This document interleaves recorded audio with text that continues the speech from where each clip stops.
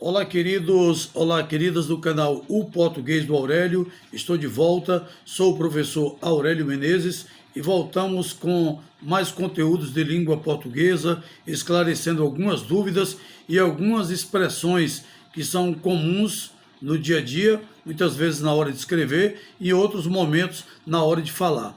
E há muitas dúvidas quando vamos usar os plurais ou quando vamos usar alguma regra da gramática. Por exemplo, muitas pessoas escrevem os nomes das tribos indígenas, das nações indígenas, no singular, sem utilizar a variação no plural, sem promover a flexão de número. Mas, na verdade, de acordo com a norma padrão da língua e de acordo com a gramática normativa, os nomes das tribos devem ser usados no plural.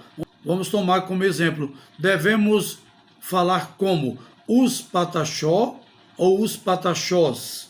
Na verdade, a regra é muito clara, devemos pronunciar os Pataxós. E com um detalhe curioso e importante, essa palavra Pataxó deve ser escrita com letra minúscula e não com letra maiúscula. Os Pataxós, os Yanomamis, os Timbiras e por aí vai, os Tabajaras, não importa o nome da nação indígena. O que importa é que, de acordo com a regra, devemos usar esse nome no plural. Devemos flexionar o número, passando do singular para o plural. Naturalmente, porque uma nação indígena nos dá uma ideia de coletividade, de grupo, de coletivo. Então, diante disso, nada mais justo do que chamar os Pataxós, os Tabajaras, os Tapebas e por aí vai. Não importa o nome, mas devemos sempre usá-los no plural. Outra dúvida também muito comum entre as pessoas é no que diz respeito à expressão quebra-cabeça. Tem gente que usa quebra-cabeças, com a palavra cabeça, o segundo elemento, no plural. Mas, na verdade, é normal, o correto, o adequado, de acordo com a norma padrão da língua portuguesa, é usar o quebra-cabeça, tá certo? Vamos pegar aqui um exemplo. Esta é mais uma peça do quebra-cabeça. E não, esta é mais uma peça do quebra-cabeças. Não. Essa palavra cabeça, nesta expressão, deve permanecer no singular. Isso é o adequado, é o que devemos usar. Aliás, essa palavra segue a mesma linha da palavra vira-lata. Tem gente que usa vira-latas, mas na verdade é vira-lata mesmo, tá certo? A expressão é inalterada, permanece no singular, você vive o complexo de vira-lata, né? Essa expressão muito conhecida e muito usada por algumas pessoas. Portanto, não use vira-latas, e sim vira-lata, que é o correto, é o que está de acordo com o padrão da língua portuguesa. Certa feita, eu assistia a um telejornal e no momento em que se reportava uma determinada matéria, o repórter usou a expressão cônsuls para significar, para representar o plural de cônsul. Na verdade, o plural de cônsul é cônsules. Essa é a forma adequada. Plural de cônsul, o cônsul do Brasil, os cônsules do Brasil. Então, você acrescenta o ES e a pronúncia fica adequada. O plural está perfeitamente alinhado às regras da gramática.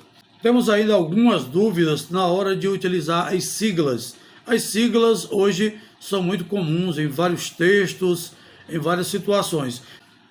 Bem, quando você for usar alguma sigla e no plural, não esqueça que essa forma de usar inclui o quê? Deve privilegiar exatamente o quê? O plural deve ser feito com a letra S minúscula após a sigla, a letra S bem minúscula, bem pequena, após a sigla e sem o uso do apóstrofo. Não tem aquele apóstrofo, aquele sinal que separa uma letra da outra. Não, você vai usar em relação aos carros que hoje são muito usados, adquiridos por algumas pessoas que têm mais recursos, os mais abastados. Então, eles compraram os SUVs. Esse S aí deve ficar minúsculo exatamente no final, sem o apóstrofo. Use PVAs, quando se trata do imposto sobre veículos automotores, use PVAs. Ou então, use IPTUs, também você vai fazer a mesma coisa, o imposto predial e territorial urbano, ou seja, os IPTUs foram pagos em dia. Perfeitamente, você vai utilizar, portanto, esta mesma regra. Os PMs, no caso, quando quer se referir aos policiais militares, os PMs realizaram uma operação em determinados pontos da cidade. Então você vai usar PMs com o S minúsculo, que estará após a sigla, e sem o apóstrofo. Não há aquele sinal para separar essas duas letras. Portanto, ficam aí essas dicas, essas informações, essas orientações, para que quando você for utilizar quaisquer palavras nessas situações, nesse contexto, já sabe como deve usá-las de acordo com a norma padrão da língua portuguesa. Espero que esse conteúdo tenha sido útil a todos vocês. Um grande abraço, proponham novos conteúdos, deixem os likes, ativem o sininho e inscrevam-se no canal. Um grande abraço e fiquem com Deus.